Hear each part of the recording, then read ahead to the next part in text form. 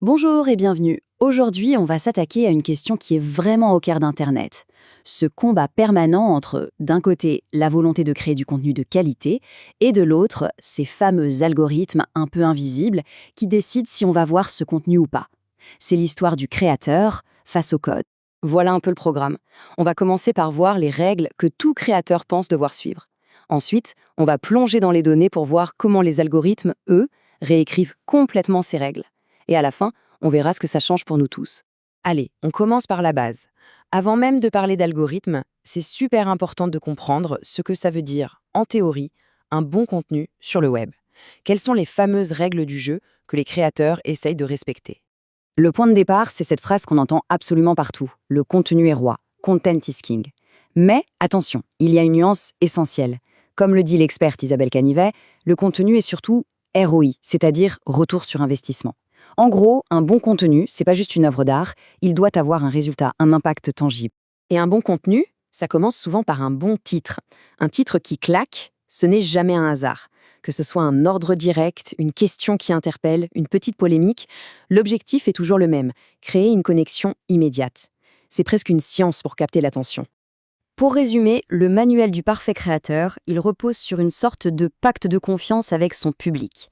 On utilise un langage simple, des titres qui vont droit au but et surtout, on tient sa promesse. Le titre, c'est la bande-annonce. Le contenu, ça doit être le film qui ne déçoit pas. Bon, on a donc le guide parfait du créateur de contenu.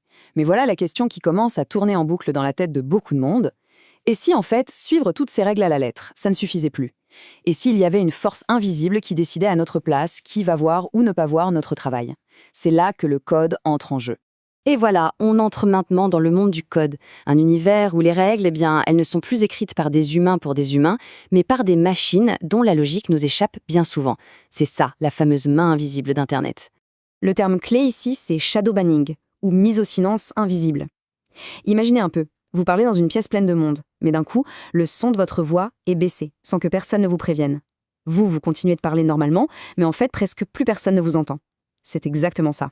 Et attention, on ne parle pas juste d'une rumeur ou d'une impression. Non, une vraie étude scientifique a été menée sur plus de 40 millions de tweets. Le but, c'était de mettre des chiffres précis sur ce phénomène. Là, on quitte le monde de l'opinion, on entre dans celui des faits. Et la première découverte de cette étude, c'est un vrai coup de massue qu'ont beaucoup de créateurs. Ça met en lumière un conflit d'intérêts énorme entre ce qui est bien pour le créateur et ce qui est bien pour la plateforme. Alors, pour pouvoir mesurer ça de manière objective, les chercheurs ont créé un outil qu'ils appellent le P-score. C'est tout simple en fait. On prend le nombre de vues d'un tweet et on le divise par le nombre d'abonnés du compte. Par exemple, un tweet vu 1000 fois sur un compte avec 10 000 abonnés, ça donne un P-score de 0,1. L'avantage, c'est que ça permet de comparer tout le monde sur un pied d'égalité, le petit compte comme le géant. Alors là, accrochez-vous, le chiffre est juste hallucinant. L'étude a montré que les tweets qui contiennent un lien vers un site externe voient leur visibilité réduite jusqu'à 8 fois. 8 fois. Et ce graphique, il est sans appel. Regardez la différence de hauteur entre les deux barres, c'est flagrant. Les tweets sans lien externe ont une visibilité bien supérieure. C'est la preuve visuelle que l'algorithme récompense le contenu qui garde les gens sur la plateforme.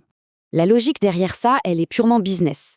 L'objectif numéro 1 d'une plateforme, c'est de nous garder connectés le plus longtemps possible. Chaque lien externe, c'est une porte de sortie. Du coup, l'algorithme va pénaliser une pratique que les créateurs, eux, trouvent essentielle, le partage de sources et de ressources. Mais l'algorithme ne regarde pas seulement ce qui est partagé, le quoi. L'étude montre un truc encore plus troublant. Le qui partage est tout aussi important. La visibilité d'un contenu pourrait bien dépendre de l'identité de celui qui le poste. Pour bien isoler cet effet, les chercheurs ont comparé des comptes qui, en théorie, devraient être logés à la même enseigne. Même taille d'audience, même type de contenu. Et les résultats, comme on va le voir, sont tout sauf équitables. Premier cas d'étude, très parlant, autour du conflit en Ukraine. D'un côté, on a le média The Kiev Independent. De l'autre, RT.com. Et là, regardez les P-scores. Celui du premier est plus de 10 fois supérieur à celui du second. C'est une différence de visibilité absolument gigantesque entre deux sources d'information. Et on retrouve un peu le même genre de schéma sur la scène politique américaine, en comparant les comptes de Donald Trump et Kamala Harris. L'étude a calculé qu'à nombre d'abonnés égal, les tweets de Donald Trump avaient en moyenne 4 fois plus de visibilité. Encore une fois, les données brutes montrent un traitement qui n'est pas le même pour tout le monde.